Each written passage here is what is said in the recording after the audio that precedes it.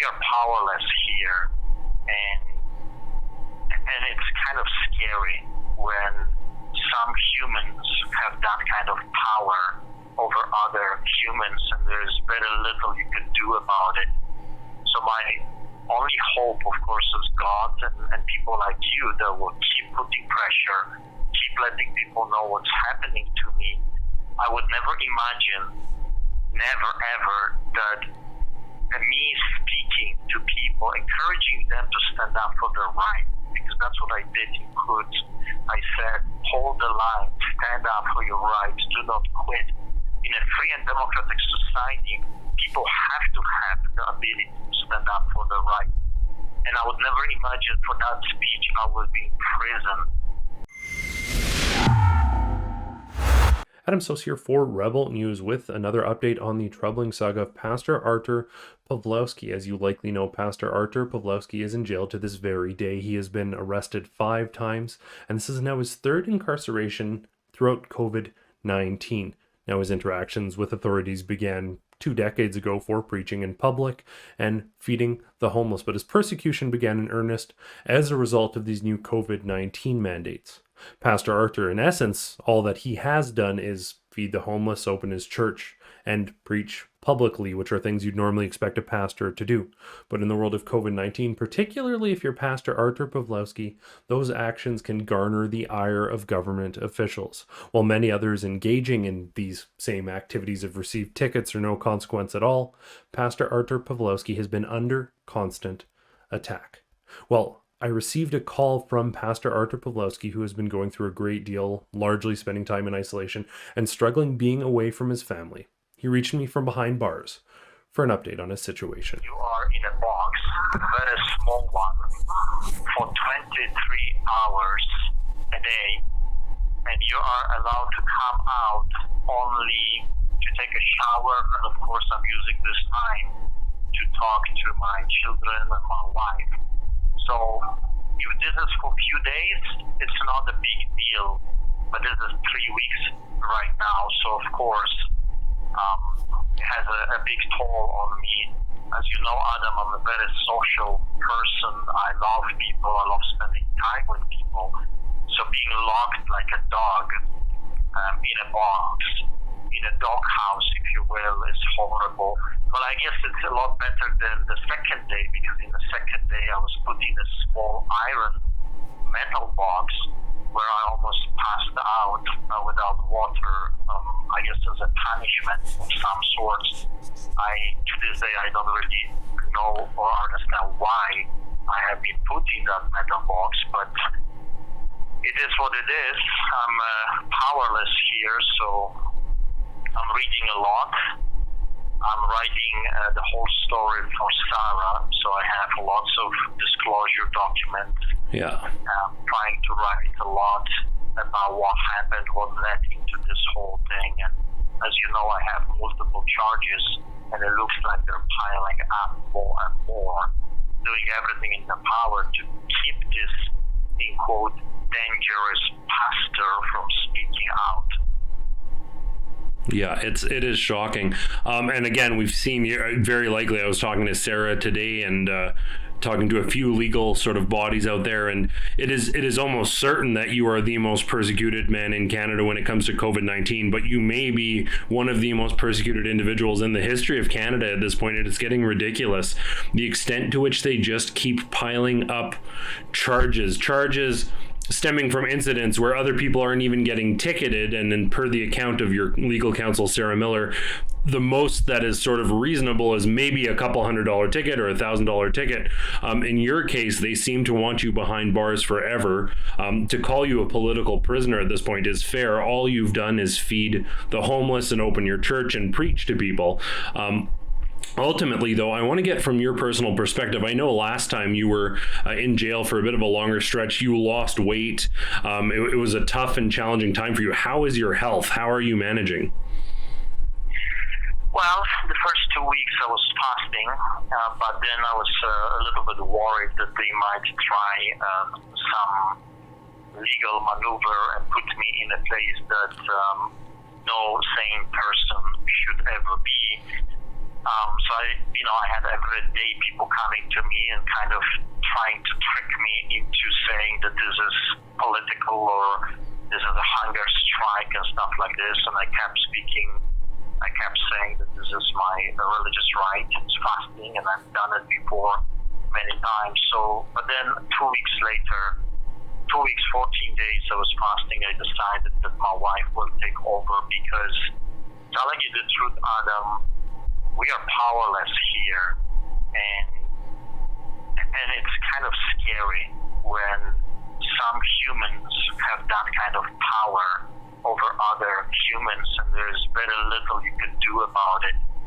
So my only hope, of course, is God and people like you that will keep putting pressure, keep letting people know what's happening to me. I would never imagine, never ever, that me speaking to people, encouraging them to stand up for their right, because that's what I did in Quds. I said, hold the line, stand up for your rights, do not quit. In a free and democratic society, people have to have the ability to stand up for their rights. And I would never imagine for that speech I would be in prison. It's still shocking to me if you would ask me. I'm still puzzled how this happened, how low our justice system has fallen.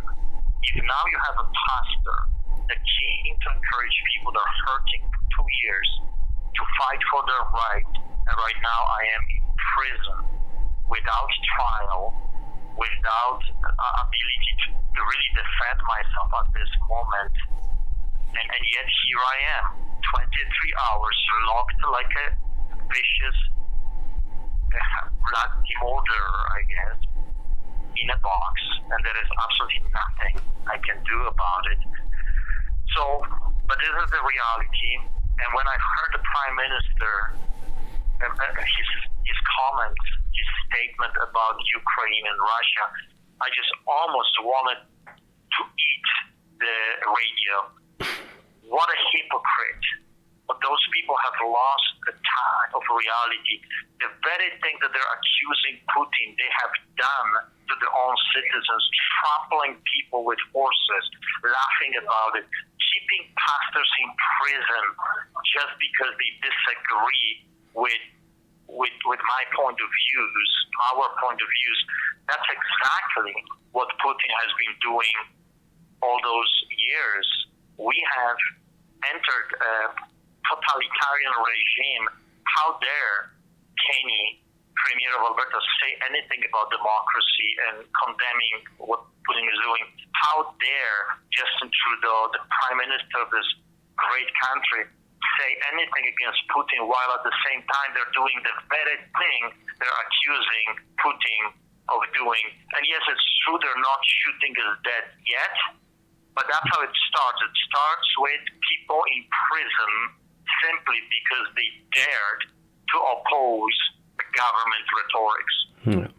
So we are hearing some troubling things. You were in isolation, you were then let out, but seemingly without basis, they reversed that decision. You're now effectively in isolation again. We're also hearing some things, some other inmates telling you that the guards suggested maybe they should rough you up. Is that true?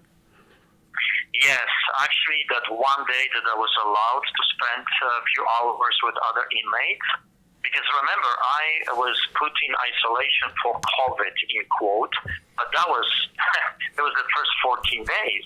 Now it's 20, and I'm still in isolation. But this one day when I had an opportunity to talk to them, I was told that they were asked by some guards to beat me up. And they were also being pressured that because of me and because of the protests, they are not allowed to see the loved ones. So there is a huge psychological game going on. They're being pressured to punch me out, to beat me up. But you know, those people, those inmates are amazing. They're really, really awesome. You know what this man said that this guard proposed to him to beat me up? He says, how can I do that? He is a clergyman. He is a priest. Yeah. And he should not be here. He's not a criminal like us. He should not be here. I'm not going to beat him up. So it looks like the inmates are a lot more decent and just than the guards. But I want to be fair. There's some good guards here, guards that treat me with respect, that do their job, and they're not abusing their power. So I want to be fair. Not everyone from the guards is bad. There's some good people here as well, and I'm very glad that they are. Yeah. Well, Artur, I'm so sorry for what you are going through. I think everyone out there, maybe outside of the government and the judicial system, even some people within the judicial system would agree that despite mandates, despite restrictions, despite all that, ultimately all you have done is care for the homeless community, open your church and preach to people, which are all arguably charter protected actions. So it is very sad to see you as a political prisoner. It is very good to hear your voice, though. For people out there faced with so much chaos in the world right now, with some of the restrictions and mandates starting to end, do you have any words out there so people remember your story, so people don't forget the thousands of people who have lost their jobs, the pastors who've been put in prison, and all the people that have suffered at the hands of this government overreach? Well, I will say to everyone that is listening the same thing that I have been saying for those past 2 years. Hold the line and remember their names. There will come a time, there has to be a time when we will make those people accountable for what they have done to our loved ones, for what they have done to our economy. There has to be a time where justice will prevail. Right now, we are living in a justless society where it seems those that have guns and political power and the media, corrupted media behind them, can do whatever they want and say whatever they want. They can party at the Sky Palace, they can travel everywhere they want, they can flood the mandates that they have put in place and restrictions. But for the rest of us, we have become their slaves. We've lost our democracy. So what I want to say to everyone that is listening, do not lose hope. Hold the line. Keep fighting for your right. Sooner or later, truth will come out. And what a glorious day this is going to be. Do not lose hope. Pastor Artur, thank you so very much. We appreciate, I know it's hard to get a call out from inside the jail there, so I appreciate you calling, getting this message out, and we're certainly going to relay it to the best of our ability to everyone out there. Thank you so much, Adam. God bless you, and thank you so much, Rebel, for not forgetting about me. And when I will come out, there's so many stories that I want to share. The system is broken. The justice system is broken. The jail is broken. Our political system is broken. It needs lots of fixing, and we need good people to step up and run for offices. We need a reformation in our country. It is incredibly troubling to see what is happening to Pastor Artur Pawlowski. He is strong and grounded in his faith, but you can still hear in his voice that being behind jail is extremely challenging, that being away from his family is incredibly challenging.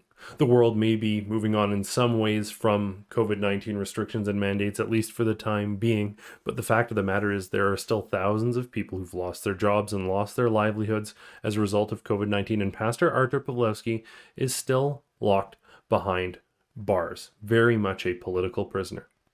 Thanks to your generous support at SaveArtur.com, Sarah Miller is working hard to secure his release and to appeal the denial of his bail. But for the time being, we don't know when Pastor Artur will finally be allowed to go home and see his family. We're going to continue to follow this story and bring you the updates as we have from the very get-go as soon as they become available. And we're going to keep you posted on the story of Pastor Artur Pawlowski. As always, I want to thank you so much for tuning in. For Rebel News, I'm Adam Sos. I want to thank you so much for your support. I want to thank you for every dollar, for every donation you have sent to the Rebel News, for the lawyers, that I can stay out of jail. Thank you, thank you, thank you. May God bless you for your heart. You're part of this movement. You're part of this defense. Without you, we would not be able to do what we have accomplished so far. Thank you very much, and may God bless you.